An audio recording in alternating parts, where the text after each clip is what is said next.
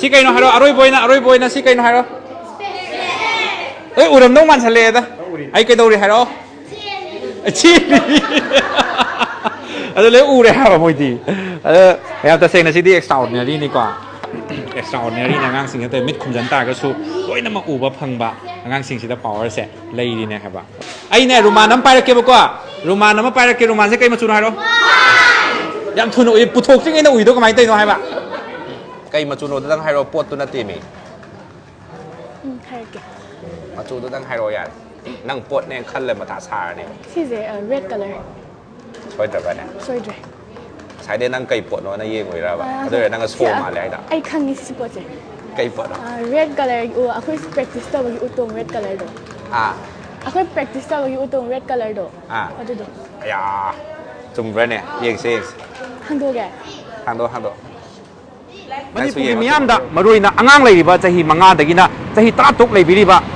family member สิ่งดะนับจากนั้นจะหิมังงาโยกกระโดดไปจะหิเอาหุ่มมารีจะหิอันนี้หุ่มสุรกมาตั้มเดือดสุแม่สิ่งที่ไม่ฟิกซ์นี่ support ตัวจะกระโดดวัดดูหุ่มบ้าแม่มาพ่อมันงั้นสิหลักเสียบันดีกว่า for the first time นี่แม่หลักจะดีเสียแม่สิเดเลยเสียแม่สินี่กว่าเขาจะอะไรกว่าเขาเรียกแม่ครั้งว่า SS แม่จะเลยกว่า mid brain activation course ไทยนะแม่คุยกี่อ่างสิ่งที่มาโคกเสียให้จะมิดอุศลมันทวักตัวรีเสียสิ่ง course สิ่งเสียเนี่ยก็แม่ปีเสีย a lifetime gift to your child ให้อาดุอย่างสิ่งเสียจะแม่ gift สิมาปีก็ตัวเนี่ยบ่ก็ดี gift ก็ตัวบ่ใช้กี่ mid brain เสีย activate ตัวบ่กี่สิเนี่ยบ่กว่าแต่ mid brain ให้สิการิโน่ให้กันเนี่ยแม่ตั้งให้จะรังเก mid brain is bridge between our left and right brain its activation is a scientific method ให้ตัวนะให้วีก็แม่แต่ mid brain ให้ตาดีแม่ brain เสีย left brain ให้บ่มาเลย right brain ให้บ่มาเลยนะเมื่อนี่กี่มาที่สำนักหันมันในเป้าที่เป้านั่นตัว area เนี่ยบ่ก็ด้วยสู้สำนักหันก็ด้วยเนี่ยแม่อ่างสิ่งที่ตาแต่อ่างสิ่งที่มามิดอุชันอุชันนะกระดิกทวักตัวบ่อีบันมามิดอุชันแล้วแม่ไซเคิลจุดเท่าเย่ท่าที่ท่าจะเดือดดูสิยังมีนะรู้สึกว่าya terang sekali angang guys kita kelas kan tahu ni ya mo yang mina se kuma ka khu tana kotana tahu sing se tang yang bio Monday to Saturday city school da doi mak chat nei kwa to Sunday ki off time matam se si lobby se tina ko yam nungai ba amani kwa ai som a parents amani da sungwari sajage ko machin da lai jari lai biri ba parents se utang una jage oza taram lok jari ko singwai sing program nam jari ko live su thari oza na ngang pukudi ba mani pu myam na tabi ga doi ni oza gi ming am tang hai bio myam da Indramani Khaideb ai mayang phandagi ado jagi angang se koi chahi kya suru bangang no karam bangang no sai se tara bu sure sida albert khut thangalon ta aba kamana oh yare ma se kyam kuire se yawi se class se pass ki course ai tare ko 3 months ki course phar ka dore pungwer ka dore hoi ado ja ma gi mafam sida lakhi ba se si gi lakting gi mamang da leiramba ma gi kai hai ni magi trait magi character hai gadra magi character do sigi course he yaw khram tung da karam ba changes sing masa da kari changes sing la e magi daily routine activities magi intelligence ta kari change ka dilai ahan bada ai perel amoina mama pa sing na masa jing sem bada koi mid brain activation se masi chang da ya da ba unit amoina ham da thamjani kai no have da sa gi han le ba ai knowledge ya improve oi ba hai tare ade amana khwadi main objective na koi gi masak da lairamba hidden knowledge me am se involve quality me am se do out to ga adu function tawung ngam bagi mo da quality me leirpa masi mo ai anga pa phawi adu amana friends agan ji mana loina ba da koi counseling to bagi ke pa se mo da yang wang phai tare brain je sa wara phai tare ade function to da ba di pam to mo me am si function to bagi ke pa se di yang wang e ani yeng ja da ade maru ina ngasagi BSI na thamni si discipline je discipline ba maintain pa kana tawre ba hoi ngasagi si yaw ding mamang da discipline hai je matau karam ai hajar ke ko ichana hambai yaw ding mamang da oram ba magi moren be character se ngasi di totally change to budong noi uje ba ai yang kumna ni ne je ko ai ju sa ju zani ko me angang jing se ba tawjari kamai to ge ha matan do si time management je sima ma control san tawre ba adagi head tien alman taxi ka sinai ba sima mana any thabam sa thom dai anda kengwa ru thabam school lo su anda any apam any war sa dai che alman me am ya thang ma ni ye ba bo ni dana ai samai sa to dai ba ki information pia ga ya ya de gi ma gi information lo we ba permission lo ba se permission lo bai tare sima ma de mamang da lorom da ba ko na di lo khalai de lo khalai masi ba inga i ba han ba tam jingai da question me am bera me thamoi sida e si tamaga kari ahem ba kari la ka dun hai por am lai rame adu ha ba het joining to ba with ꯊꯥ ꯀꯩꯅꯣ ꯍꯥꯏꯇꯥꯔꯦꯀꯣ ꯑꯍꯥꯟꯕ ꯋꯤꯛꯁꯦ ꯁꯟꯗꯦꯁꯦ ꯁꯤꯒꯤ ꯄꯨꯡ 8ꯗ ꯏꯆꯥꯁꯤ submit ꯇꯧꯔꯝꯃꯒ ꯄꯨꯡ 3 ꯇꯥꯔꯛꯄꯒꯤ ꯁꯤꯗ ꯑꯩ ꯂꯧ ꯂꯥꯛꯄꯗ ꯄꯤꯀꯞ ꯇꯧ ꯂꯥꯛꯄꯗ ꯏꯆꯥꯗ ꯍꯣꯡꯉꯤꯕ ꯆꯦꯟꯖꯗꯣ ꯑꯩ ꯏꯊꯟꯇ ꯄꯦꯔꯦꯟ ꯑꯃ ꯉꯛꯏꯑꯕ ꯃꯁꯤꯃ ꯑꯉꯛꯄꯅꯤ ꯍꯧꯖꯤꯛꯁꯨ ꯃꯉꯣꯟꯗ ꯂꯩꯕ ꯍꯥꯏꯁꯤ ꯏꯅꯥꯁꯤ ꯗꯤꯁꯤꯄ꯭ꯂꯤꯟꯁꯨ ꯃꯦꯟꯇꯦꯟ ꯇꯧꯔꯦ ꯑꯗꯨꯒ ꯃꯥꯏ ꯇꯥꯏꯝ ꯃꯦꯅꯦꯖꯃꯦꯟꯁꯨ ꯐꯖꯅ ꯍꯩꯔꯦ ꯑꯗ ꯀꯥꯎꯟꯁꯤꯂꯤꯡ ꯇꯧꯕ ꯉꯝꯃꯦ ꯃꯌꯥꯝꯁꯤꯡꯀꯣ ꯐꯖꯅ ꯑꯩꯈꯣꯏꯒꯤ ꯃꯤꯔꯛ ꯇꯤꯜꯂ ꯋꯥ ꯉꯥꯡꯕ ꯈꯣꯠꯄ ꯁꯤꯒꯤ ꯄꯣꯠꯁꯤꯃ ꯃꯉꯣꯟꯗ ꯂꯩꯔꯦ ꯑꯗꯨꯒꯤ ꯃꯊꯛꯇ ꯑꯩꯈꯣꯏꯒꯤ ꯃꯤꯠꯁꯦ ꯈꯨꯝꯖꯤꯜꯂꯒ ꯀꯩꯝꯇ ꯎꯍꯟꯗꯅ ꯕ꯭ꯂꯥꯏꯟꯗ ꯑꯩꯈꯣꯏꯒꯤ ꯂꯥꯏꯔꯤꯛ ꯃꯌꯦꯛꯁꯤꯡꯁꯦ ꯄꯥꯕ ꯏꯕ ꯑꯗꯩ ꯗ꯭ꯔꯣꯌꯤꯡ ꯇꯧꯕ ꯂꯣꯏꯅ ꯉꯝꯃꯦ ꯃꯤꯠ ꯎꯏꯁꯜꯂꯒ ꯂꯣꯏ ꯈꯨꯝꯖꯤꯜꯂꯒ ꯑꯝꯇ ꯎꯍꯟꯗꯕꯤꯗ ꯍꯧꯖꯤꯛ ꯔꯤꯗꯤꯡ ꯇꯧꯕ ꯔꯥꯏꯇꯤꯡ ꯇꯧꯕ ꯗ꯭ꯔꯣꯌꯤꯡ ꯇꯧꯕ ꯑꯗꯨꯒꯤ ꯃꯊꯛꯇ ꯑꯩꯈꯣꯏꯒꯤ ꯋꯥꯛꯀꯤꯡ ꯆꯠꯄꯁꯦ ꯁꯥꯏꯀꯜꯁꯦ ꯃꯃꯤꯡ ꯀꯩꯅꯣ ꯎꯍꯟꯗꯅ ꯊꯧꯍꯟꯕ ꯉꯝꯃꯦ ꯍꯣꯏ ꯃꯤꯠꯁꯦ ꯈꯨꯝꯖꯤꯜꯂꯒ ꯁꯥꯏꯀꯜ ꯊꯧꯕꯁꯦ ꯉꯝꯃꯦꯕ ꯑꯃꯠꯇ ꯎꯍꯟꯗꯅ ꯃꯁꯤ ꯑꯩꯈꯣꯏ ꯆꯦꯛ ꯐꯖꯅ ꯇꯧꯖꯔꯕꯅꯤ ꯑꯩ ꯏꯁꯥꯃꯛꯅ ꯅꯠꯇ꯭ꯔꯁꯨ ꯑꯇꯣꯞꯄ ꯃꯤ ꯑꯇꯣꯞꯄ ꯁꯔꯥꯎꯟꯗꯤꯡꯗꯀꯣ ꯑꯩꯈꯣꯏꯅꯁꯨ ꯚꯤꯗꯤꯑꯣꯗ ꯎꯖꯔꯦ ꯑꯗꯣ ꯑꯩ ꯉꯛꯏꯅꯦ ꯍꯥꯏꯕ ꯑꯉꯥꯡꯁꯤꯡꯁꯦ ꯀꯃꯥꯏꯅ ꯇꯧꯖꯥꯠꯅꯣ ꯀꯨꯝꯍꯩ ꯅꯨꯡꯉꯥꯏꯅꯤ ꯃꯌꯥꯝ ꯁꯤꯌꯔ ꯇꯧꯕꯤꯔꯝꯃꯣ ꯑꯉꯥꯡꯁꯤꯡꯁꯤꯅ ꯃꯤꯠ ꯎꯏꯁꯜꯂ ꯇꯧꯔꯛꯄ ꯀꯨꯝꯍꯩꯁꯤꯡꯁꯦ ꯃꯌꯥꯝ ꯌꯦꯡꯃꯤꯟꯅꯁꯤꯀꯣ ꯁꯣꯝ ꯅꯥꯀꯟꯗꯁꯨ ꯃꯤꯠ ꯈꯨꯝꯖꯤꯜꯂꯒ ꯀꯩꯅꯣ ꯈꯔ ꯇꯧꯔꯛꯀꯗꯧꯔꯦ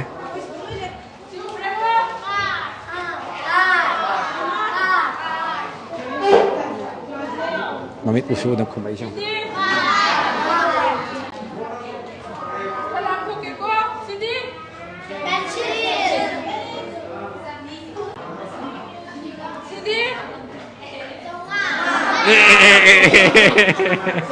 ꯑꯩꯈꯣꯏꯅ ꯑꯗꯨꯝ ꯎꯠꯄꯁꯨ ꯑꯗꯨꯝ ꯌꯥꯕ꯭ꯔꯥ ꯅꯠꯇ꯭ꯔꯒ ꯁꯦꯔꯤꯌꯦꯜ ꯂꯩꯕ ꯀꯃꯥꯏꯅ ꯇꯧꯋꯤ ꯑꯩꯈꯣꯏ ꯑꯄꯥꯝꯕ ꯑꯗꯨꯝ ꯆꯤꯡꯈꯠꯄ ꯌꯥꯕ꯭ꯔꯥ ꯑꯗꯨꯝ ꯆꯤꯡꯈꯠꯀꯦꯀꯣ ꯑꯩꯅ ꯎꯠꯀꯦꯀꯣ ꯃꯌꯥꯝꯁꯤ ꯎꯠꯀꯦꯀꯣ ꯑꯉꯥꯡꯁꯤꯡꯅ ꯆꯨꯝꯅ ꯍꯥꯏꯔꯛꯄ꯭ꯔꯥ ꯌꯦꯡꯁꯦ ꯑꯩꯅ ꯍꯧꯖꯤꯛ ꯑꯗꯨꯝ ꯆꯤꯡꯈꯠꯄꯅꯤ ꯑꯉꯥꯡꯈꯩ ꯍꯥꯏꯔꯛꯏꯖꯧꯅꯦ ꯉꯥꯏꯈꯣꯀꯣ ꯑꯩ ꯃꯊꯪ ꯑꯃꯒ ꯄꯨꯊꯣꯔꯛꯀꯦ ꯅꯣꯏ ꯑꯩꯅ ꯉꯝꯗꯕ ꯌꯥꯗꯕꯅꯤ ꯉꯁꯤꯗꯤ ꯀꯩꯅꯣꯁꯦ ꯕꯥꯏꯛ ꯍꯥꯏꯔꯤꯁꯦ ꯑꯗꯨꯒ ꯑꯃꯇꯪꯒ ꯌꯦꯡꯍꯜꯂꯝꯒꯦ ꯃꯌꯥꯝꯗ ꯁꯤ ꯈꯨꯝꯃꯛꯀꯅꯤꯀꯣ ꯁ꯭ꯇꯦꯞ ꯈꯔ ꯍꯥꯏꯔꯛꯑꯦ ꯅꯩꯔꯦ ꯑꯗꯨꯗꯤꯅꯦ ꯀꯩꯅꯣꯝꯃ ꯌꯦꯡꯍꯟꯒꯦꯀꯣ ꯁꯤ ꯀꯩꯅꯣ ꯍꯥꯏꯔꯛꯎꯀꯣ ꯁꯤ ꯀꯩꯅꯣ ꯐꯣꯟꯅꯦ ꯀꯥꯏ ꯍꯥꯏꯔꯛꯑꯦ ꯅꯩꯔꯦ ꯑꯗꯨꯗꯤꯅꯦ ꯁꯤ ꯀꯩꯅꯣ ꯍꯥꯏꯔꯣ ꯑꯔꯣꯏꯕ ꯑꯣꯏꯅ ꯁꯤ ꯀꯩꯅꯣ ꯍꯥꯏꯔꯣ ꯎꯔꯝꯗꯧ ꯃꯥꯟꯁꯜꯂꯛꯑꯦꯗ ꯑꯩ ꯀꯩꯗꯧꯔꯤ ꯍꯥꯏꯔꯛꯑꯣ ꯆꯦꯜꯂꯤ ꯑꯗꯨ ꯂꯣꯏ ꯎꯔꯦ ꯍꯥꯏꯕ ꯃꯣꯏꯗꯤ ꯑꯗ ꯌꯥꯝ ꯇꯁꯦꯡꯅ ꯁꯤꯗꯤ ꯑꯦꯛꯁꯇ꯭ꯔꯥꯑꯣꯔꯗꯤꯅꯔꯤꯅꯤꯀꯣ ꯑꯦꯛꯁꯇ꯭ꯔꯥꯑꯣꯔꯗꯤꯅꯔꯤꯅꯤ ꯑꯉꯥꯡꯁꯤꯡ ꯃꯤꯠ ꯈꯨꯝꯖꯟ ꯇꯥꯔꯒꯁꯨ ꯂꯣꯏꯅꯃꯛ ꯎꯕ ꯐꯪꯕ ꯑꯉꯥꯡꯁꯤꯡꯁꯤꯗ ꯄꯥꯋꯔꯁꯦ ꯂꯩꯔꯤꯅꯦ ꯍꯥꯏꯕ ꯑꯗꯣ ꯃꯃꯤꯠꯁꯤꯗ ꯈꯨꯝꯖꯜꯂꯤꯕꯁꯤꯡꯁꯦ ꯀꯨꯞꯄ꯭ꯔꯥ ꯁꯤꯗꯤ ꯆꯞ ꯆꯥꯅ ꯍꯥꯏꯔꯦ ꯑꯩꯅꯦ ꯔꯨꯃꯥꯟ ꯑꯃ ꯄꯥꯏꯔꯛꯀꯦꯕꯀꯣ ꯔꯨꯃꯥꯟꯁꯦ ꯀꯩ ꯃꯆꯨꯅꯣ ꯍꯥꯏꯔꯣ ꯌꯥꯝ ꯊꯨꯅ ꯎꯏ ꯄꯨꯊꯣꯛꯇ꯭ꯔꯤꯉꯩꯗ ꯎꯏꯗꯣ ꯀꯃꯥꯏꯅ ꯇꯧꯔꯤꯅꯣ ꯍꯥꯏꯕ ꯄꯨꯊꯣꯛꯇ꯭ꯔꯤꯉꯩꯗ ꯎꯏꯗꯣ ꯀꯃꯥꯏꯅ ꯇꯧꯔꯤꯅꯣ ꯑꯩ ꯃꯣꯖꯥꯁꯦ ꯀꯩ ꯃꯆꯨꯅꯣ ꯍꯥꯏꯔꯣ ꯌꯥꯝ ꯊꯨꯅ ꯅꯪꯅ ꯀꯩꯅꯣ ꯀꯂꯔ ꯆꯥꯔꯤꯗꯨꯕꯨ ꯀꯩꯅꯣ ꯀꯂꯔꯗꯣ ꯍꯥꯎꯕ꯭ꯔꯥ ꯇꯪꯉꯤꯁꯦ ꯀꯩꯅꯣ ꯇꯪꯉ ꯌꯦꯡꯉꯤꯔꯕ ꯁꯦ ꯃꯊꯪ ꯀꯩꯅꯣꯝ ꯌꯦꯡꯍꯜꯂꯒꯦꯀꯣ ꯁꯤ ꯀꯩꯅꯣ ꯍꯥꯏꯔꯣ ꯈꯔ ꯍꯧꯅ ꯍꯥꯏꯔꯛꯑꯣ ꯆꯝꯄꯜ ꯅꯨꯄꯤꯒꯤꯔꯣ ꯅꯨꯄꯥꯒꯤꯔꯣ ꯌꯥꯝ ꯈꯪꯉꯦ ꯅꯣꯏ ꯀꯃꯥꯏꯅ ꯇꯧꯔꯤꯅꯣ ꯈꯪꯗꯦ ꯌꯥꯝ ꯈꯪꯃꯟ ꯂꯥꯛꯃꯟꯈ꯭ꯔꯦ ꯅꯣꯏ ꯇꯜꯂꯦꯗ ꯑꯣꯖꯥꯒꯤ ꯏꯆꯥꯅꯨꯄꯤ ꯑꯣꯏꯗꯣꯏꯔꯥ ꯅꯠꯇꯦ ꯑꯩꯈꯣꯏ ꯑꯉꯥꯡꯁꯤꯡꯅꯤ ꯍꯣꯏ ꯑꯗꯨꯝ ꯍꯥꯏꯕꯤꯌꯣ ꯑꯝꯇꯪ ꯏꯁꯥꯒꯤ ꯏꯟꯇ꯭ꯔꯣ ꯑꯝꯇꯪ ꯇꯧꯕꯤꯌꯣ ꯑꯗꯣ ꯄꯦꯔꯦꯟꯁ ꯑꯣꯏꯅ ꯂꯥꯛꯄꯤꯔꯤꯅꯤꯀꯣ ꯑꯩ ꯄꯦꯔꯦꯟꯁ ꯑꯣꯏꯅ ꯂꯥꯛꯆꯕꯅꯤ ꯑꯗꯣ ꯑꯉꯥꯡꯁꯦ ꯁꯨꯃꯥꯏꯅ ꯃꯐꯝꯁꯤꯗ ꯁꯨꯝ ꯇ꯭ꯔꯦꯅꯤꯡ ꯂꯥꯛꯄꯗꯒꯤ ꯑꯉꯥꯡꯁꯤꯗ ꯀꯔꯤ ꯑꯍꯣꯡꯕ ꯎꯕ ꯐꯪꯉꯤ ꯀꯔꯤ ꯀꯥꯟꯅꯕꯒꯗꯤ ꯐꯪꯉꯦ ꯍꯥꯏꯅꯒ ꯑꯦज ꯑꯦ ꯄꯦꯔꯦꯟꯁ ꯑꯃ ꯑꯣꯏꯅ ꯏꯁꯥꯗ ꯐꯤꯜ ꯇꯧꯕꯤ ꯆꯦꯟꯖꯦꯁꯁꯦ ꯑꯗꯨꯛꯀꯤ ꯃꯇꯤꯛ ꯆꯦꯟꯖꯦꯁ ꯂꯩꯕ ꯑꯉꯥꯡꯁꯤꯡꯁꯤꯗ ꯍꯥꯏꯗꯤ ꯍꯥꯟꯅ ꯑꯉꯥꯡꯁꯤꯡꯁꯦ ꯍꯦꯛ ꯂꯥꯛꯄ ꯅꯣꯡꯉꯥꯟꯕꯗꯒꯤ ꯍꯧꯔꯦ ꯑꯉꯥꯡꯒꯤ ꯆꯦꯟꯖꯦꯁꯁꯦ ꯂꯥꯏ ꯁꯥꯕ ꯍꯧꯔꯦ ꯅꯣꯡꯉꯥꯟꯕꯗꯒꯤ ꯍꯧꯔꯦ ꯂꯥꯏ ꯁꯥꯕꯁꯦ ꯉꯁꯥꯏ ꯎꯕ ꯈꯛ ꯅꯠꯇꯅ ꯑꯩꯉꯣꯟꯗ ꯀꯩꯅꯣ ꯇꯧꯕꯗꯨ ꯈꯛ ꯀꯥꯟꯅꯕ ꯅꯠꯇꯕ ꯃꯥꯒꯤ ꯃꯤꯠ ꯄꯨꯟꯁꯤꯜꯂꯒ ꯎꯕ ꯑꯗꯨꯗꯒꯤ ꯃꯅꯝ ꯈꯪꯕ ꯃꯆꯨ ꯈꯪꯕꯗꯨ ꯅꯠꯇꯕ ꯑꯗꯨꯈꯛ ꯅꯠꯇꯅ ꯀꯥꯟꯅꯕꯁꯦ ꯀꯔꯤ ꯐꯪꯒꯦꯕ ꯉꯁꯥꯏ ꯍꯥꯏꯗꯤ ꯀꯩꯅꯣꯁꯦ ꯑꯩꯈꯣꯏ ꯑꯉꯥꯡꯁꯤꯡꯁꯦ ꯀꯩꯅꯣ ꯇꯧꯕꯁꯤꯗ ꯉꯁꯥꯏ ꯃꯣꯕꯥꯏꯜꯁꯤ ꯑꯉꯛꯐꯅ ꯄꯥꯏꯔꯝꯃꯦ ꯑꯉꯥꯡꯁꯦ ꯃꯣꯕꯥꯏꯜꯁꯤ ꯊꯥꯗꯣꯛꯑꯣ ꯍꯥꯏꯕꯗ ꯍꯦꯛꯇ ꯀꯞꯄ ꯁꯥꯎꯕ ꯆꯩꯔꯒ ꯐꯨꯔꯒ ꯐꯥꯎꯕꯗ ꯃꯨꯜꯂꯝꯃꯦꯕ ꯇꯧꯕꯗ ꯃꯗꯨꯒꯤ ꯄꯣꯠꯇꯣ ꯍꯦꯛ ꯁꯤꯒꯤ ꯇ꯭ꯔꯦꯅꯤꯡꯁꯤ ꯇꯧꯔꯒ ꯁꯥꯔꯅ ꯃꯣꯇꯤꯚꯦꯁꯟ ꯄ꯭ꯔꯣꯒ꯭ꯔꯥꯝ ꯑꯃ ꯇꯧꯋꯦ ꯑꯗꯨ ꯍꯦꯛ ꯇꯧꯕꯗꯒꯤ मधु यादेन हाइगिबा नुमितुदगी ngasi बावबदा टीवी यंगबदा कुइने यंगदे अदुदगी मोबाइल पाइबदा कुइने पाइद्रे अदुगा मुसु हदि काना बगतंग चुना मागे साइकोमोटर दे काना गदबा खरा गदंग अदुम पाइरगा लेरे बुजिस अदुसु काहेन पाइद्रे जति आया मतंदा लेर पाबा मागे मथौदुर ओइना हेना attention ปีเรว่าตรงด้วยอะดูไหมนะอะดูกี่มันติดการนะไป โอ้โห แต่ละ มัน งาน ที่พยายามมันหลากเลยนี่มันอ่างมันโมบายไปแล้วมันตะกี้ไปกี่ตัวไปใช่ไหมพยายามที่จะการนับความมิดจะโซ่เลยตัวมันเนี่ยโอ้ยด่า อะดูก็มุกสุอันนั้นสิเลยริปป้าไปเดขังบัดถูกกิสังสิอะดูกี่มันติเห็นไปแต่ละหานะตะกี้อะดูนั่นมันเหมือนกันอันนั้นสิอุจิยามที่นี่เห็นเลย ยังไม่หมายเคยตะกี้มันนี่พูดเลยบีว่า parents สิ่งให้แต่เอาสิบีดีบ่าอิจานุป้าอิจานุปีสิ่งเดพังยีบ่า facility เสียเล่าดีบ่าขังดีบ่า parents สิ่งต่างๆสิวิดีโอเสียยังบีดีวันนี้มวยดีกว่ามาคุยตะกันดีให้เป็นยังไงต่างให้ asi video yang biru khoi punu mukta ina haijaning badi masi aduki matik kana ba angang singi brain sub uhen badana tana angang gi moren character da aduki matik hena phagalan ba adi masi gi training si phangkan da angang singda awon ba ohung ba magi khalam ma magi punsi da sim oige ga na khan bada phang pa ya bagi positivity je wang na lei bai tare adu magi achum ba lambi dur so we dur so ikon pu bangam na bagi adu ko lambi ma so phange na khale ayo khan aduna guardian sina masi gi training je phangan biraga masi saruk ya biraga na isa jing thabira kan da hairiba khudong sa basing se ko lahung na ba tungi career afaba career am semong na bagi madugi lambi se ko pida se kalau bos cuma ni nak kali gitu. Okay, thank you yang bos tu hendak takat cari dua orang sing sing mai pak bos voice nu kan. Kena lep tanah hona biu, koi som na so parents sama pembiri sim tang pai bi tare, cina ko tu juga. Som ica se karam mano sudah yau bi sim tang. Ai sisi ani. Ani se oi tu ni ba. Som numit kya ni gadi sore masak suman ni ani. Lah numit kya ni gadi sore mo se train tu bi ma pam sai sa. Aham kan tu mal mi ada yo mal. เมย์ตะกี้เมย์จุนจุลายออกัสตุยตาดิท่าหุ่มจังไงอินเนบะเมย์ตะฮอกิปะเมย์ตะกี้เมย์โอเคท่านี่คดีเฮเลบะงั้นสิ่งที่จะกรีกรีเอาห่วงบะเจียนส์กันที่ไรกันสายเจียนส์ไม่ยามที่ไฮเลยบะกว่ามวยตะกรีเอาห่วงบะมวยน่ะซีกีคลาสยาวจริงไงตะเจเนสมายน์เทคคลาสยาวจริงไงตะเลยมันเพิ่มดูก็เขาจิตเลยดิเพิ่มเสกกรีเจียนส์กันที่ไรสมัยเต๋อไอ้จานี่เปียหันเจลาลิป้าไปเสมาเสยังกุยจังก็เด็กพาสุกากันเลยบะกว่าเฮ้ยพากันแต่ว่าเก่ากันบะเก่ากันบะเดี๋ยวพาแล้วก็ยามทุ่งเก่ากันบะเดี๋ยวหาสิ่งที่พาไปตรงเต๋อพาอามุตั้งอันนี้ตั้งป้าไปพาไปตรงเต๋ออย่างที่สินะแค่ตักไปตัวว่าเต๋อไปสินะยังทุกหลักขั้งกับบ่าพอสิห่างกันสิมาทั้งกี่อมุกสายปัญจาให้บุตรมุกสุมแม่หันตะกิสีกันดีโน่มุกก็ให้สิก็อยู่นี่บ่าเอกาโอ้ช่วยดรับเลยเนี่ยช่วยมาเลยนะไอ้ที่เอกาฮาบคิดเลยเอกาไงเสร็จเลยช่วยดรับเนี่ยเสียงมาอูหรือเปล่าย้ำเสียงมาอูหรือเปล่าอูเกย้ำเสียงมาอูอ่ะกี่มุกกิสเลแต่ดังสิอันเตยยังตั้มนำตาหางตรงเนี่ยเอสจุ่มแม่มาเขาสิกินตัวที่แบบมินิน่าเขาสิกินตัวสมินิมาพาตัวมาเลยกว่า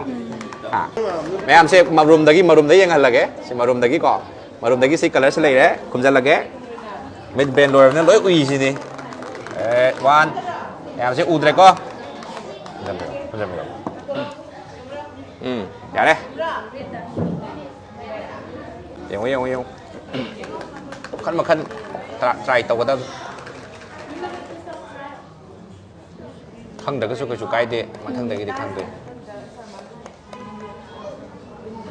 ไก่มาจูโน่ต้องให้เราปวดตัวนั่นตีมีใช่เก่มาจูต้องให้เราอย่างนั่งปวดเนี่ยขั้นเลยมาถาชาเนี่ยที่เจred color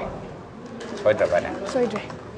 ใช้ได้นั่งไก่ปวดเนาะนั่งเยี่ยงเลยแล้วแบบด้วยนั่งก็โซ่มาเลยด่าไอ้ขั้งนี้สิปวดเจไก่ปวดred color aku practice tuh bagi utong red color do aku practice tuh bagi utong red color do ada do ya cuma beraniเยี่ยงสิhang doแกhang doนั่งสุยเยี่ยงเขาจุ่มมาเวลจุ่ม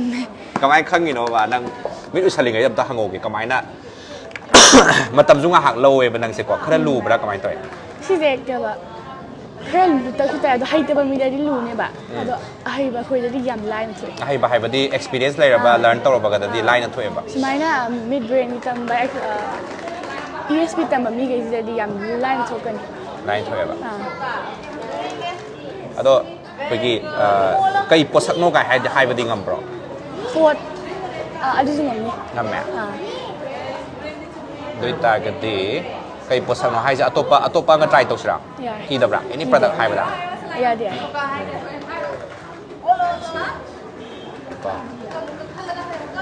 ชิลล์ถอยมาหาปะแกยามสิหาจะละแกก็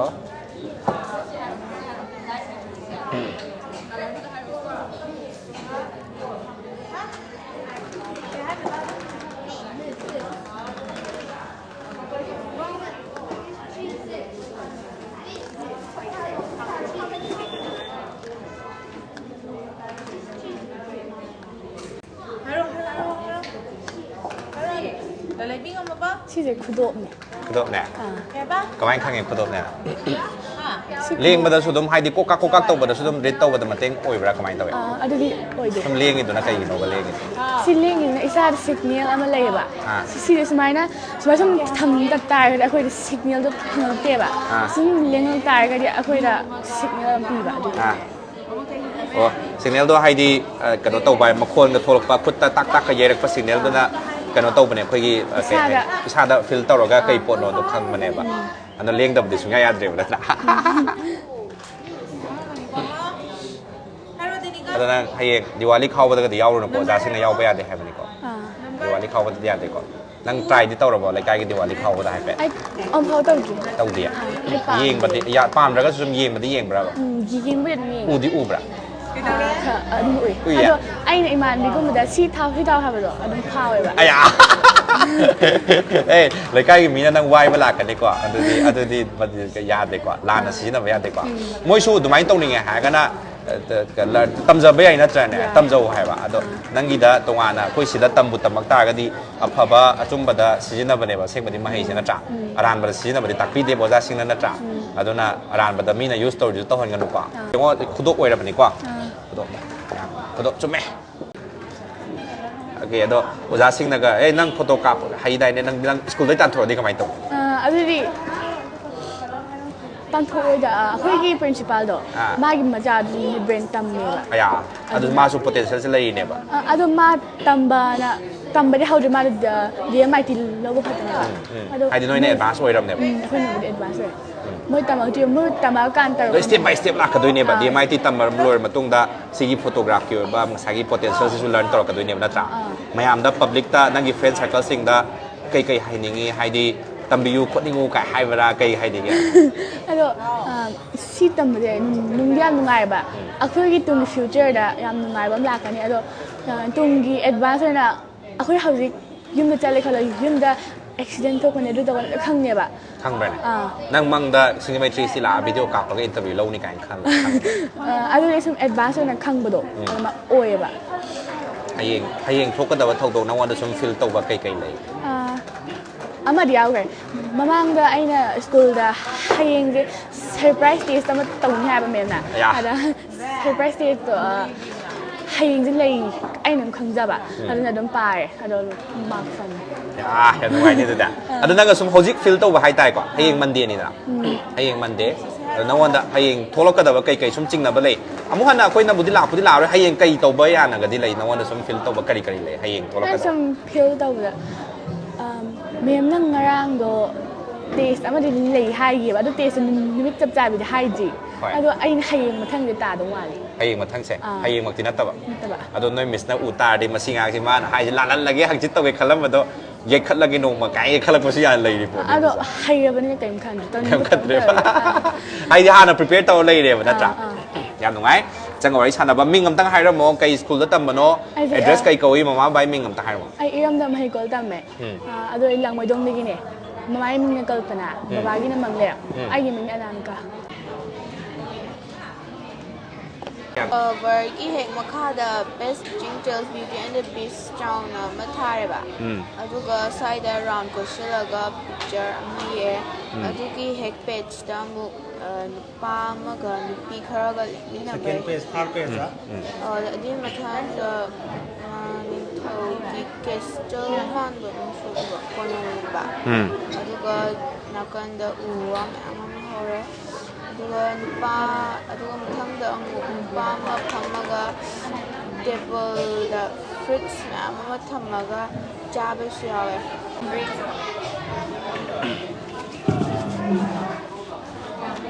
Okay. Now have video ngo zeki. First page ta beauty and the beast. Tuga picture round pura ma thare ko. Then second page sa chumra. Page kya bang no je ai gri do. ไอ้มวยน่ะพระคำพิเศษเจ้คุยกับตำบลเลยกันแต่ไล่มาปุ่มซิมาลอยให้งามากันตัวนี้งามากันตัวนี้หอยพอดีเสร็จกันนัดเทรนตัวรีก็ไม่เอางานสิ่งเสร็จขั้นเลยแล้วพระคุยกี่ซีเบสบอกให้งามเลยว่าดีเขาบอกว่างามาอีเซ่4 base บอกตัวงามเอเวอร์แล้วมาทั้งกับคนมาทั้งตัวตัวเซ่ซีมาทั้งสตอรี่ป่าวเสร็จตัวนี้บ้าง ꯑꯁꯤ ꯑꯩꯈꯣꯏ ꯑꯗꯨꯒꯤ ꯄ꯭ꯔꯦꯛꯇꯤꯁꯅꯦꯕ ꯇꯧꯔꯤꯁꯦ ꯌꯥꯝ ꯅꯨꯡꯉꯥꯏ ꯃꯌꯥꯝ ꯑꯩꯈꯣꯏ ꯑꯁꯤꯒꯤ ꯁꯦꯁꯟꯁꯤ ꯃꯌꯥꯝꯒꯤ ꯁꯨꯝ ꯃꯌꯥꯝꯅ ꯁꯨꯝ ꯑꯗꯣꯝꯒꯤ ꯑꯉꯥꯡꯁꯤꯡ ꯍꯥꯏꯇꯥꯔꯦꯀꯣ ꯁꯨꯃꯥꯏꯅ ꯑꯩꯈꯣꯏ ꯆꯍꯤ 5ꯗꯒꯤ ꯍꯧꯅ ꯇ꯭ꯔꯦꯟ ꯇꯧꯕ ꯌꯥꯔꯦ ꯑꯉꯥꯡꯁꯤꯡꯁꯤꯗ ꯁꯨꯃꯥꯏꯅ ꯑꯩꯈꯣꯏ ꯇ꯭ꯔꯦꯟ ꯇꯧꯍꯟꯅꯤꯡꯕꯒꯤ ꯑꯄꯥꯝꯕ ꯂꯩꯇꯥꯔꯒꯗꯤ ꯑꯩꯈꯣꯏꯅ ꯉꯁꯤ ꯁꯤ ꯃꯦꯇ꯭ꯔꯤꯛꯁꯦ ꯂꯥꯏꯚ ꯊꯥꯖꯔꯤꯕ ꯑꯩꯈꯣꯏꯒꯤ ꯄ꯭ꯔꯣꯒ꯭ꯔꯥꯝꯁꯤꯗ ꯀꯦꯞꯁꯟꯗ ꯑꯩꯈꯣꯏꯒꯤ ꯑꯗꯣꯝꯒꯤ ꯃꯣꯕꯥꯏꯜ ꯅꯝꯕꯔ ꯍꯥꯞꯆꯕꯅꯦ ꯃꯣꯕꯥꯏꯜ ꯅꯝꯕꯔꯗꯨꯗ ꯀꯣꯜ ꯇꯧꯕꯤꯔꯒ ꯕꯨꯀꯤꯡ ꯇꯧꯕꯤꯌꯨ ꯑꯗꯨꯒ ꯀꯃꯥꯏꯅ ꯑꯩꯈꯣꯏ ꯐꯤꯁꯇꯣ ꯀꯌꯥꯅꯣ ꯀꯃꯥꯏꯅ ꯇꯧꯕꯅꯣ ꯁꯟꯗꯦ ꯈꯨꯗꯤꯡ ꯈꯛꯇꯅꯤꯀꯣ ꯃꯣꯏꯒꯤ ꯁ꯭ꯀꯨꯜ ꯀꯥ ꯃꯇꯝꯗꯁꯨ ꯃꯌꯥꯝ ꯀꯩꯁꯨ ꯗꯤꯁꯇꯔꯕꯇꯤ ꯄꯤꯗꯕꯅꯦ ꯑꯗꯨꯅ ꯃꯌꯥꯝꯅ ꯑꯗꯨꯝ ꯂꯥꯛꯄꯤꯕ ꯌꯥꯅꯤꯀꯣ ꯅꯪ ꯃꯤꯡꯗꯣ ꯑꯝꯇꯪ ꯍꯥꯏꯕꯤꯌꯨꯕ ꯑꯩꯒꯤ ꯔꯨꯄꯆꯟꯗ꯭ꯔ ꯎꯔꯤꯄꯣꯛꯇꯒꯤ ꯑꯉꯥꯡ ꯀꯔꯝꯕꯅꯣ ꯑꯉꯥꯡ ꯌꯥꯎꯔꯤꯁꯦ ꯑꯩ ꯏꯆꯥꯅꯨꯄꯤ ꯁꯣꯝꯗ ꯍꯁꯃꯤꯇꯥ ꯑꯁꯣꯝꯗ ESP ꯒꯤ ꯀ꯭ꯂꯥꯁꯁꯦ ꯀꯩꯅꯣ ꯇꯧꯕꯅꯤ ꯀꯃꯥꯏꯅ ꯍꯥꯏꯗꯤ ꯃꯐꯝꯁꯤꯗ ꯃꯇꯧ ꯀꯔꯝꯅ ꯂꯥꯛꯈꯤ ꯍꯥꯏꯗꯤ ꯑꯉꯥꯡꯁꯦ ꯑꯩꯈꯣꯏ ꯖꯤꯅꯤꯌꯁ ꯃꯥꯏꯟꯇꯦꯛꯁꯤꯗ ꯇꯝꯍꯟꯒꯦ ꯍꯥꯏꯕꯁꯤ ꯀꯅꯥꯅ ꯍꯥꯏꯔꯛꯄꯗꯒꯤ ꯀꯃꯥꯏꯅ ꯄꯥꯎꯁꯦ ꯁꯨꯃꯥꯏꯅ ꯐꯦꯁꯕꯨꯛꯇ ꯑꯩꯅ ꯀ꯭ꯂꯤꯞ ꯑꯃꯈꯛ ꯊꯦꯡꯅꯖꯕꯅꯦ ꯍꯥꯏꯔꯤꯕ ꯀ꯭ꯂꯤꯞꯇꯨꯗ ꯁꯨꯃꯥꯏꯅ ꯀꯩꯅꯣꯗ ꯑꯩꯈꯣꯏꯒꯤ ꯍꯥꯟꯅꯗꯤ ꯁꯤꯗ ꯇꯧꯔꯝꯗꯦ ꯆꯤꯡꯃꯩꯔꯣꯡꯗ ꯇꯧꯔꯝꯃꯦ ꯆꯤꯡꯃꯩꯔꯣꯡꯗ ꯇꯧꯔꯝꯕ ꯃꯇꯝꯗ ꯑꯗꯨꯒꯤ ꯄꯣꯠꯇꯣ ꯌꯥꯝ ꯐꯩ ꯈꯣꯠꯂꯦ ꯍꯥꯏ ꯑꯩꯒꯤ ꯀꯂꯤꯛꯁꯤꯡꯁꯨ ꯃꯣꯏ ꯃꯆꯥꯁꯤꯡ ꯊꯥꯔꯝꯕ ꯑꯗꯒꯤ ꯑꯩꯁꯨ ꯌꯦꯡꯕ ꯀꯥꯟꯗ ꯑꯗꯨꯃꯥꯏꯅ ꯇꯧꯔꯒ ꯌꯥꯎꯈꯤꯕꯅꯦ ꯑꯩꯅꯁꯨ ꯄꯥꯝꯖꯕꯅꯤ나 ꯍꯣꯏ ꯉꯁꯤ ꯑꯣꯖꯥꯁꯤꯡꯅ ꯁꯨꯃꯥꯏꯅ ꯁꯤꯟꯕꯤꯔꯛꯇꯅ ꯍꯥꯏꯕꯗꯤ ꯏꯆꯥꯁꯤꯡ ꯁꯨꯃꯥꯏꯅ ꯇꯧꯍꯜꯂꯤꯁꯦ ꯑꯩꯗꯤ ꯌꯥꯝꯅ ꯀꯩꯅꯣ ꯇꯧꯋꯤ ꯌꯥꯝ ꯅꯨꯡꯉꯥꯏꯖꯩ ꯌꯥꯝ ꯊꯥꯒꯠꯆꯩ ꯃꯔꯝꯗꯤ ꯏꯝꯄ꯭ꯔꯨꯚꯃꯦꯟꯁꯦ ꯍꯥꯟꯅ ꯏꯆꯥꯅꯨꯄꯤꯁꯦ ꯑꯩꯈꯣꯏ ꯊꯕꯛ ꯏꯪꯈꯥꯡ ꯇꯧꯕꯗ ꯃꯉꯣꯟꯗ ꯈꯤꯇꯪ ꯆꯦꯟꯖꯦꯁ ꯎꯕ ꯐꯪꯉꯦ ꯑꯩꯅ ꯀꯃꯥꯏꯅ खर फिंग खोटप अदगी अखोगी वाखल खर खंदब खितंग कनो तब हाइतारेको वाखल लेतादबदो होय होय अदो हजिक सिगी कनो यावबदगी कोर्स यावबदगी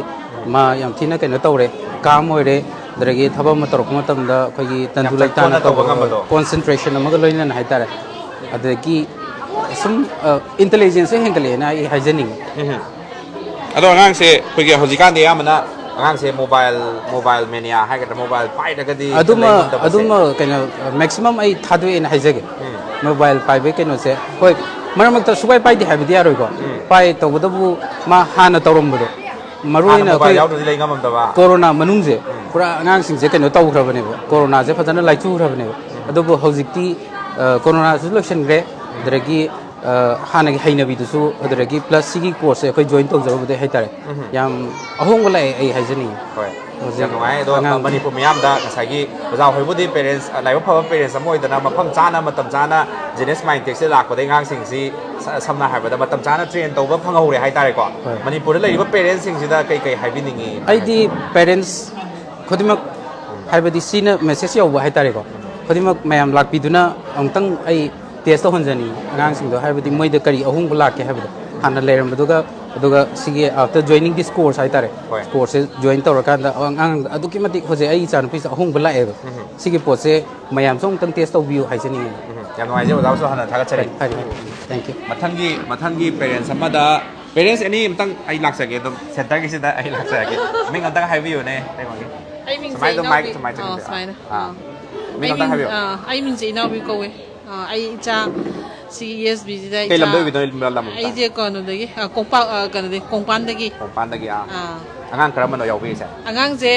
ESBꯒꯤ ꯂꯣꯏꯈ꯭ꯔꯦ ꯍꯧꯖꯤꯛꯅ ꯑꯁꯤꯒꯤ ꯑꯃꯨꯛ ꯂꯥꯛꯏꯕ ꯑꯗꯨꯗꯤ ꯑꯦꯗꯚꯥꯟꯁ ꯑꯣꯏꯔꯦꯅꯦ ꯅꯠꯇ꯭ꯔꯥ ꯑꯦꯗꯚꯥꯟꯁ ꯑꯣꯏꯔꯦ ꯌꯨꯝꯒꯤ ꯄꯣꯠ ꯆꯩ ꯃꯥꯡꯕꯗ ꯌꯥꯝ ꯀꯥꯟꯅꯩ ꯍꯥꯏꯅꯦ ꯑꯉꯥꯡꯁꯤꯡꯁꯤꯕꯨ ꯀꯃꯥꯏꯅ ꯇꯧꯕꯅꯣ ꯍꯥꯏꯗꯤ ꯃꯣꯏꯅ ꯑꯗꯨꯝ ꯄꯨꯊꯣꯔꯛꯑꯦ ꯍꯥꯏꯔꯤꯅꯦ ꯃꯥꯡꯈꯤꯕ ꯊꯤ ꯐꯪꯗꯕꯁꯤꯕ ꯍꯣꯏ ꯑꯗꯨꯝ ꯄꯨꯊꯣꯔꯛꯑꯦ ꯍꯥꯏꯇꯥꯔꯦ ꯑꯗꯨꯒ ꯂꯥꯏꯔꯤꯛ ꯄꯥꯕ ꯈꯣꯠꯄꯗ ꯑꯗꯨꯝ ꯈꯔ ꯑꯗꯨꯝ ꯍꯥꯟꯅꯒ ꯑꯗꯨꯝ ꯈꯔꯗꯤ ꯈꯦꯠꯅꯔꯦ ꯑꯗꯨꯝ ꯍꯦꯟꯀꯠꯂꯦ ꯍꯥꯏꯇꯥꯔꯦ ꯑꯗꯨꯒ ꯁꯨꯝ ꯃꯣꯏꯅ ꯍꯥꯟꯅꯒ ꯄꯥꯅꯤꯡꯗꯕ ꯑꯗꯩ ꯐꯣꯟꯒꯁꯨ ꯀꯣ ꯍꯥꯟꯅꯗꯤ ꯑꯗꯨꯝ ꯌꯦꯡꯉꯝꯃꯦ ꯑꯗꯨꯒ ꯍꯧꯖꯤꯛꯁꯤꯅ ꯐꯣꯟ ꯂꯥꯏꯆꯨꯕꯁꯦ ꯁꯤꯗꯒꯤ ꯁꯤ ꯆꯠꯄꯗꯒꯤꯗꯤ ꯈꯔ ꯈꯤꯇꯪ ꯔꯤꯂꯦꯛꯁꯦꯁꯟ ꯈꯔ ꯈꯤꯇꯪ ꯐꯪꯉꯦ ꯍꯥꯏꯇꯥꯔꯦ ꯑꯗꯣ ꯁꯤꯗ ꯁꯝꯅ ꯍꯥꯏꯔꯕꯗ ꯑꯉꯥꯡꯁꯤꯡꯁꯤꯗ ꯇ꯭ꯔꯦꯅꯤꯡ ꯑꯃꯗꯤ ꯄꯤꯔꯤꯅꯦꯕ ꯇ꯭ꯔꯦꯅꯤꯡꯁꯦ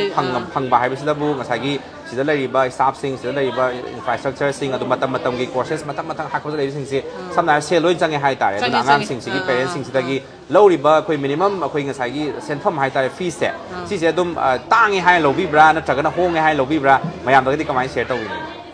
ꯑꯗꯨꯝ ꯆꯥꯅꯩ ꯍꯥꯏꯇꯥꯔꯦ ꯍꯧꯖꯤꯛꯇꯤ ꯃꯇꯝꯒꯤ ꯑꯦꯛꯁꯄꯦꯟꯗꯤꯆꯔꯁꯦ ꯑꯗꯨꯝ ꯋꯥꯡꯉꯛꯑꯕꯅꯤꯅꯀꯣ ꯑꯗꯩ ꯑꯉꯥꯡ ꯇꯨꯏꯁꯟ ꯑꯃ ꯇꯝꯕꯗ ꯄꯩꯁꯥꯁꯦ ꯑꯗꯨꯝ ꯚꯥꯔꯤ ꯑꯃ ꯆꯪꯉꯦ ꯑꯗꯣ ꯁꯤꯗꯤ ꯀꯩꯁꯨ ꯄꯩꯁꯥ ꯄꯤꯊꯣꯛꯄꯗ ꯇꯤꯡꯊꯣꯛꯄꯗ ꯁꯨꯝ ꯀꯥꯟꯅꯕ ꯐꯪꯕꯅꯤꯅ ꯀꯩꯁꯨ ꯀꯩꯅꯣ ꯑꯣꯏꯗꯦꯅ ꯈꯟꯖꯩ ꯀꯥꯟꯅꯕ ꯐꯪꯕꯅ ꯍꯦꯜꯂꯤꯔꯥ ꯅꯠꯇ꯭ꯔꯒꯅ ꯀꯥꯟꯅꯕ ꯐꯪꯕꯅ ꯍꯦꯜꯂꯤ ꯍꯥꯏꯇꯥꯔꯦ ꯄꯩꯁꯥꯗꯨꯒꯗꯤ ꯈꯤꯇꯪ ꯀꯩꯅꯣ ꯑꯣꯏꯔꯒ ꯍꯣꯏ ꯄꯩꯁꯥꯁꯦ ꯈꯔ ꯋꯥꯡꯈꯠꯍꯟꯅꯤꯡꯕꯒꯤ ꯑꯄꯥꯝꯕꯅꯦꯕ ꯅꯠꯇ꯭ꯔꯥ ꯏꯅꯦꯒꯤ ꯃꯤꯡ ꯑꯝꯇ ꯍꯥꯏꯕꯤꯌꯨ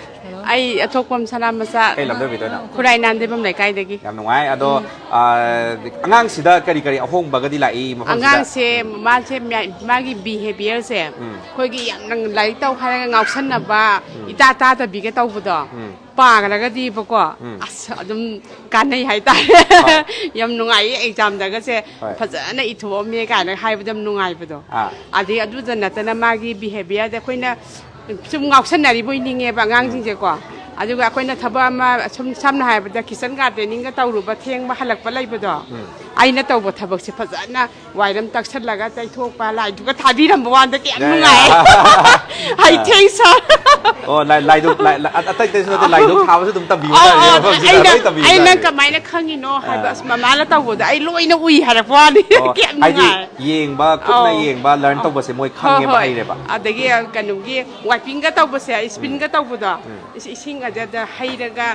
ꯁ꯭ꯄꯤꯟ ꯇꯧꯕꯒꯗꯣ ꯑꯩ ꯂꯣꯏ ꯎꯏ ꯃꯃꯥꯅ ꯇꯧꯕꯗꯣ ꯍꯥꯏꯗꯤ ꯏꯁꯝ ꯁꯝꯅ ꯖꯦꯅꯦꯁ ꯃꯥꯏꯟꯇꯦꯛꯇ ꯆꯠꯇ꯭ꯔꯤꯉꯩ ꯃꯃꯥꯡꯗ ꯑꯉꯥꯡꯁꯤꯗ ꯏꯄꯪ ꯄꯪꯅ ꯑꯩꯈꯣꯏꯒꯤ ꯅꯨꯡ ꯂꯩꯔꯝꯕꯗꯣ ꯖꯦꯅꯦꯁ ꯃꯥꯏꯟꯇꯦꯛꯇ ꯂꯥꯛꯄ ꯃꯇꯨꯡꯗꯗꯤ ꯄꯨꯔꯥ ꯂꯔꯟ ꯇꯧꯕꯒꯤ ꯍꯧꯔꯒ ꯑꯦꯄ꯭ꯂꯥꯏ ꯇꯧꯕ ꯍꯧꯔꯛꯏꯅꯦꯕ ꯃꯣꯏꯒꯤ ꯁ꯭ꯇꯗꯤ ꯂꯥꯏꯟꯗ ꯅꯠꯇꯅꯅꯦ ꯃꯣꯏꯒꯤ ꯅꯦꯆꯔ ꯃꯣꯏꯒꯤ ꯕꯤꯍꯦꯕꯤꯌꯔꯒꯤ ꯅꯦꯆꯔꯁꯦ